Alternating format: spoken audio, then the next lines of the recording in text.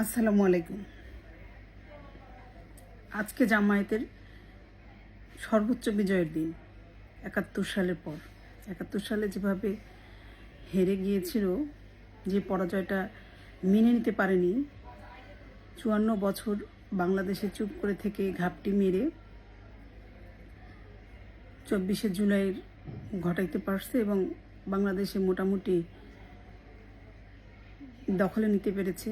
১ বছর তারপরে ওইভাবে প্রকাশ্যে আসেনি, কিন্তু আজকে সংবিধান যদি কোনোভাবে বাতিল করে জুলাই সনদ ঘোষণা করতে পারে, আজকে হচ্ছে তাদের চরম বিজয় হবে।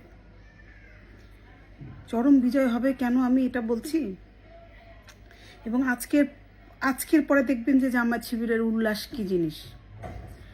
এই এই ১ বছর চুপ করে দেখেছে যে বাংলাদেশের মানুষ কতটা সহ্য করতে পারে, আমরা কি করলে কি তারা মেনে নেবে। বাংলাদেশের মানুষের পালসটা বোঝার চেষ্টা করেছে, যে কারণে এর আগে কখনো জামায়াত শিবির নিজে করে বলেনি, গলা উঁচিয়ে বলেনি যে আমি জামায়াত করি, আমি শিবির করি, হ্যাঁ আমি শিবির কর্মী, কিন্তু এখন তারা এটা বলতে পারছে। খুব ইন্টারেস্টিংলি একটা কথা বলি, দেখেন যে ১৯৭১ সালে তো বাংলাদেশ ওরা চাইনি। এটা তো অনেক সাক্ষাৎকারে ডক্টর শফিকুর রহমান নিজেই বলছে যে হ্যাঁ আমরা অখণ্ড পাকিস্তানের পক্ষে ছিলাম, আমরা পাকিস্তান ভাগ হয়ে যাক এটা আমরা চাই নাই। ইভেন এখনও বাংলাদেশ হচ্ছে জামায়াত ইসলামের একটা শাখা। পাকিস্তানে জামায়াত ইসলামী ওদের হেড অফিস, লাহোরে প্রধান কার্যালয়, কেন্দ্রীয় কার্যালয়, আর ঢাকায় তাদের শাখা অফিস। সেই শাখা অফিসের রাজনৈতিক দল হিসেবে বাংলাদেশে তারা রাজনীতি করছে। ৫০ বছর ধরে লুকিয়ে ছিল, ৫৪ বছর ধরে, এবং এখন তারা প্রকাশ্যে আসছে এবং প্রকাশ্যে বলা শুরু করেছে যে হ্যাঁ আমরাই অখণ্ড পাকিস্তান চেয়েছি, আমরাই এই জুলাই ২৪ ঘটিয়েছি এবং আমরাই এখন সংবিধান পরিবর্তন চাই। এবং এইটা প্রমাণ করার জন্য আসলে বেশি রকেট সায়েন্স লাগে না। কেন দেখেন, শিবিরেরই ছেলেরা বলা শুরু করে দিয়েছে যে তারা ছাত্রলীগ সেজে, এটা তাদের পলিটিক্যাল কৌশল ছিল, রাজনৈতিক কৌশল ছিল, যে তারা ছাত্রলীগ সেজে বেশি এই যত রকমের নির্যাতন হলগুলোতে ছাত্রদের সাথে বা বিভিন্ন জায়গায় যারা যেখানে আছে তারাই হচ্ছে ছাত্রলীগ সেজে, শিবিরের কর্মীরাই এরকম নির্যাতন জুলুম এসব কিছু করেছে, তারা নিজেরাই এখন বলছে। এবং এই যে জুলাই হামলার সময় যে যারা মারা গেছে তারা নিজেরাই বলছে যে আমরা নিজেরাই নিজেদেরকে মারছি, না হলে এই আন্দোলনটা জমতো না, মানুষ যুক্ত হইতো না। দেখেন জুলাই আন্দোলনের কথা আপনাদের মনে থাকার কথা, শুরুর দিকে কিন্তু বললাম আমরা কোটা বিরোধী আন্দোলন। এটা কোটা বিরোধী আন্দোলন বলে শুরুতেই তারা লিখলো যে মুক্তিযুদ্ধের বাংলায় বৈষম্যের ঠাঁই নাই, হ্যাঁ মুক্তিযুদ্ধের বাংলায় স্বৈরাচার ঠাঁই নাই, এসব বলতে বলতে বলতে বলতে দেখেন শেষের দিকে এসে শুরু কি করলো, গোলাম আজমের বাংলায় মুক্তিযোদ্ধার ঠাঁই নাই।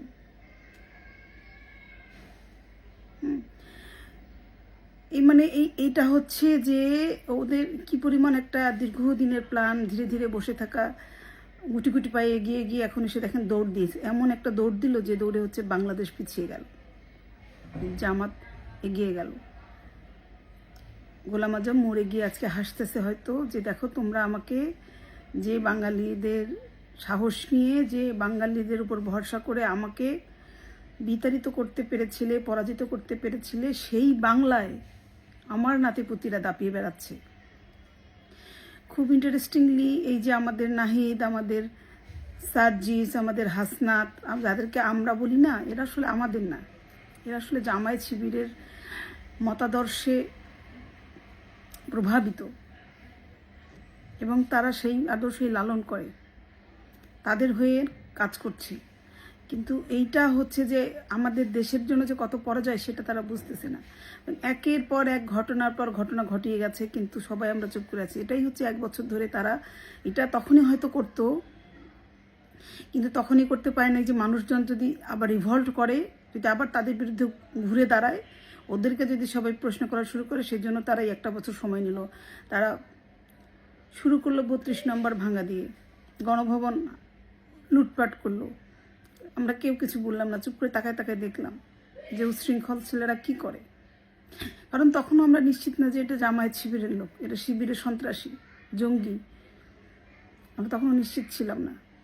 এরপরে দেখেন যতগুলো বঙ্গবন্ধু যতগুলো মুরাল আছে সেগুলো ভাঙলো, মানুষকে বোঝানোর চেষ্টা করলো যে আমরা শত্রু আসলে শেখ হাসিনা এবং বঙ্গবন্ধুরা, আমরা সাধারণ মানুষের পক্ষেই আছি, আমরা আসলে মুক্তিযুদ্ধের বিপক্ষে না।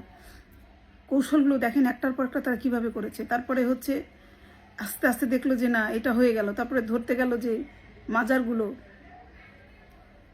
সেখানে হামলা করলো, তারপরে হিন্দুদের ধরলো।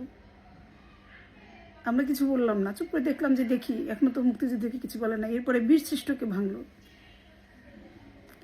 আমরা তখনও চুপ। এরপরে এরা দফা দিল, কি দফা দিল যে আমরা ৭১-এর সংবিধান মানি না, আমরা ৭১-এর সংবিধান চাই না, নতুন করে সংবিধান চাই। এবং খুবই বাংলাদেশের মানুষের জন্য দুঃখের বিষয় হচ্ছে যে জামায়াত জুলাই মাসের যে মহাসমাবেশ করলো সোহরাওয়ার্দীতে, সেখানে সব করেছে, কেরাত করেছে, কোরআনের তেলাওয়াত করেছে, দোয়া করেছে, মাহফিল করেছে, কিন্তু জাতীয় সঙ্গীত গায়নি। বাংলাদেশকে চায় না, বাংলাদেশের সার্বভৌমত্ব ওরা স্বীকার করে না, বাংলাদেশের মানুষকে ওরা ভালোবাসে না। এটার প্রমাণ ২৫ সালে এসেও তারা দিয়েছে। আজকে ওদের মহেন্দ্র খন, আজকে যদি সংবিধানটাকে ছুঁড়ে ফেলে দিতে পারে, নতুন করে সংবিধানের মধ্যে একটা কিছু তৈরি করে ফেলতে পারে, তাহলে সব থেকে বড় বিজয়ী হবে, সব থেকে উল্লাস করবে জামায়াত ইসলাম। আমি অবাক হব না যদি আমি রাতেই পাকিস্তানের লোকজনকে এসে বাংলাদেশে উল্লাস করতে দেখি। বাংলাদেশের মানুষের জন্য এটা প্রাপ্য। এই যে ছোট ছোট ছেলেপেলেরা, ২০ থেকে ২৫ বছরের কম বয়সী ছেলেমেয়েরা, যারা তো জানে না যে ওদের পিছনে কোন করাল গ্রাস ওদেরকে গিলে ফেলেছে। পাকিস্তানিদের উপরে বন্দুক চালানো খুব সহজ ছিল, ওরা আমাদের কেউ ছিল না, কিন্তু এরা তো প্রত্যেকেই আমাদের নিজেদের রক্ত। এই রক্তে কিভাবে পাকিস্তানি বীজ মিশে গেল, সেটাই তো ভাববার বিষয়, তাই না? এরপরেও যেটা হচ্ছে যে আমাদের হাতে সম্ভবত আর কিছু করার নেই, আমরা আবার পাকিস্তান হয়ে গেলাম। বাংলাদেশ নামটা কালকে যদি কেউ ঘোষণা করে যে এটার বাংলাদেশ না, এটা পাকিস্তান, পাকিস্তান, আমাদের প্রতিবাদ করার আর ভাষা থাকবে না। কারণ এই যে আজকে জুলাই ঘোষণায় আমরা যাদেরকে রাজনৈতিক দল মনে করি, আমাদের প্রতিনিধি মনে করি, তারা নিজেরা এই ম্যান্ডেটটা দিয়ে আসতেছে যে আমরা যদি ক্ষমতায় যাই তাহলে আমরা এগুলোকে সবগুলোকে মেনে নিব। কিন্তু রাজনৈতিক দলগুলো জানে না যে ক্ষমতা যাওয়া তো দূরের কথা, ক্ষমতা পাইতে গেলে আবার রক্তক্ষয়ী যুদ্ধ হইতে হবে। এছাড়া বাংলাদেশ আর আমাদের করতলে আসবে না।